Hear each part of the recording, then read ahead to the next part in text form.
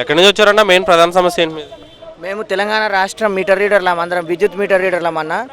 మాకు మాకు మేము 30 రోజుల పని దినాలు కల్పించాలి. మాకు కనీస వేతనం మాకు ఇప్పుడు కాంట్రాక్ట్ బేసిస్ ద్వారా మాకు పీస్ వర్క్ ఒక బిల్లుకు 2.5 రూపాయల లెక్క ఇస్తున్నారు. అట్లా కాకుండా మాకు కనీస జీతం ఎంతో మాకు ప్రభుత్వం నుంచి ఎంతో కొంత జీతం ఇవ్వాలని కోరుకుంటున్నాం అన్న. మాకు ఎంతరో కాంట్రాక్టర్లు ఉంటారు, దాంట్లో ఈపీఎఫ్ కట్టగాని వాళ్ళు చాలామంది సఫర్ అవుతారు. ఈపీఎఫ్ కట్టే మెడికల్ ఏముండే మేము బిల్డింగ్ పోయినప్పుడు కుక్క కాట్లు కానీ ప్యానల్ బోర్డు దగ్గర ఎలుకలు కట్ చేసిన వైర్లలో కరెంట్ షాట్లు వచ్చి ఎంతోమంది ప్రాణ నష్టాలు, ఎంతోమంది సఫర్ అయ్యారు. దానికి ఎవరు పట్టించుకుంటలేరు. ఈపీఎఫ్ నెంబర్ పట్టుకొని పోతే హాస్పిటల్లో ఎట్లాంటి సాయం లేదు. మేము 15 రోజులు పనిచేస్తే ఎప్పుడైతే బిల్లింగ్ చేస్తున్నామో కలెక్షన్ కూడా చేయాలని, లేదంటే దాని కలెక్షన్కి వేతనాలు ఇవ్వకపోయినా కలెక్షన్ కూడా ఉన్నాయి. 15 రోజులు కూడా పని తీసేస్తారని ఇంకో 30 రోజులు పని చేస్తున్నాం. వీటికి ఎట్లాంటి వేతనాలు లేవు. ఆ వేతనాల కోసం తెలంగాణ రాష్ట్ర మొత్తం ఉన్న మీటర్ రీడర్ అందరము గత 4 రోజుల నుంచిగా పని బంద్ చేసి అందరం వినతి పత్రాలు అందించుకుంటూ ఇవాళ ఇక్కడ దాకా వచ్చినాము. మాకు పక్కా న్యాయం జరగాలని మీడియా మిత్రులు కూడా కోరుకోవాలి. మా తల్లి లాంటిది సంస్థ, మాకు తల్లి లాంటిది. మా ఇంటి మీద మాకు కలగడం మాకు కూడా ఇష్టం లేదు. కానీ మేము మా పని భారానికి మాకు ఎంతో కొంత వేతనాలు చెల్లించాలని మేము ప్రధానంగా దానికోసమే కొట్లాడుతున్నాం. దానికి అందరూ సపోర్ట్ చేస్తున్నారు. ఇంకా ఇప్పటిదాకా ఎక్కడి దాకా వెళ్ళిందో సీఎం గారి దగ్గర కానీ మన అధికారులందరి దగ్గరికి వెళ్ళి మాకు మీడియా కూడా అందరూ సపోర్ట్ చేయాల్సిందిగా మనవి. ప్రభుత్వం సానుకూలంగా స్పందిస్తుంది అనుకుంటారు దీని గురించి? ఇంకా ప్రభుత్వ దృష్టికి ఇంకా తీసుకుపోలేదన్న. ఏంటంటే ఇంకా ప్రభుత్వం ఎందుకంటే గృహలక్ష్మి పథకానికి మాకు ఎట్లాంటి భంగం కలిగించాలన్న ఉద్దేశం లేదు. దానికోసం మేము కూడా పనిచేయడానికి సిద్ధంగానే ఉన్నాం, పని చేస్తున్నాం కూడా. దానికోసం ముందే నిలబడుతున్నాము.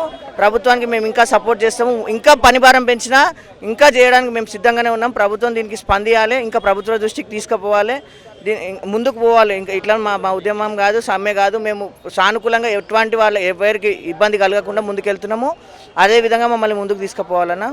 ఇప్పటివరకు కూడా ప్రధానంగా ఈ కాంగ్రెస్ గవర్నమెంట్ వచ్చిన తర్వాతే ఇది డిమాండ్ చేస్తున్నారా, లేకపోతే కేసీఆర్ గవర్నమెంట్లో కూడా చేశారు? గత 22 సంవత్సరాల నుంచి చేస్తున్న వాళ్ళు ఉన్నారన్న. కొంతమందిని అప్పుడు రిక్రూట్ చేసుకున్నారు. అప్పుడు ఏంటంటే కాంట్రాక్టర్లు ఈపీఎఫ్ కట్టక 2 సంవత్సరాలు 3 సంవత్సరాలు ఈపీఎఫ్ కట్టలేని స్తోమతలు వాళ్ళు కట్టలేక మేము అందరం ఇట్లనే నిలిచిపోయినాము. 22 సంవత్సరాల నుంచి చేస్తున్న సీనియర్లు కూడా ఉన్నారు. మేము ఒక 8-10 సంవత్సరాల నుంచి మేము కూడా గత ప్రభుత్వం అడిగినాము. వాళ్ళు ఎప్పుడు మా సమస్యలు కాదు, ఇష్టం ఉంటే కొట్టండి లేదంటే వాళ్ళని తీసేయండి అన్నట్టు మాట్లాడారు. అందుకే ఇన్ని రోజులు వేచి ఉంచి గౌరవనీయులు రేవంత్ రెడ్డి గారు ఇప్పటికైనా మమ్మల్ని గుర్తించి చేయాలని అనుకుంటున్నామన్న. దీని గురించి విద్యుత్ శాఖ మినిస్టర్ని కానీ లేదంటే వేరే ఎవరినైనా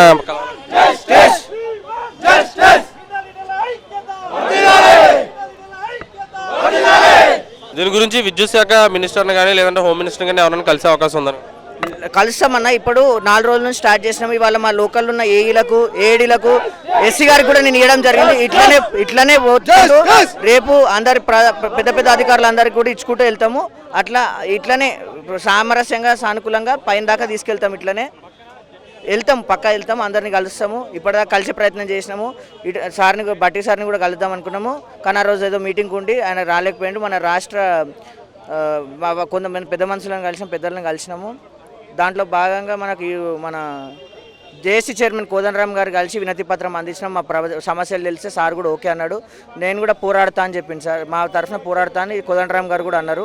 జేఏసీ చైర్మన్ కోదండరామ్ గారిని కలిసినాం జరిగింది. ఆయన ఓకే అన్నాడు. Please do subscribe to Please do subscribe to Please do subscribe to Please do subscribe to Please do subscribe to Please do subscribe to KTV Telugu. KTV Telugu. KTV Telugu. KTV Telugu. KTV Telugu. KTV Telugu. Please do subscribe to KTV Telugu.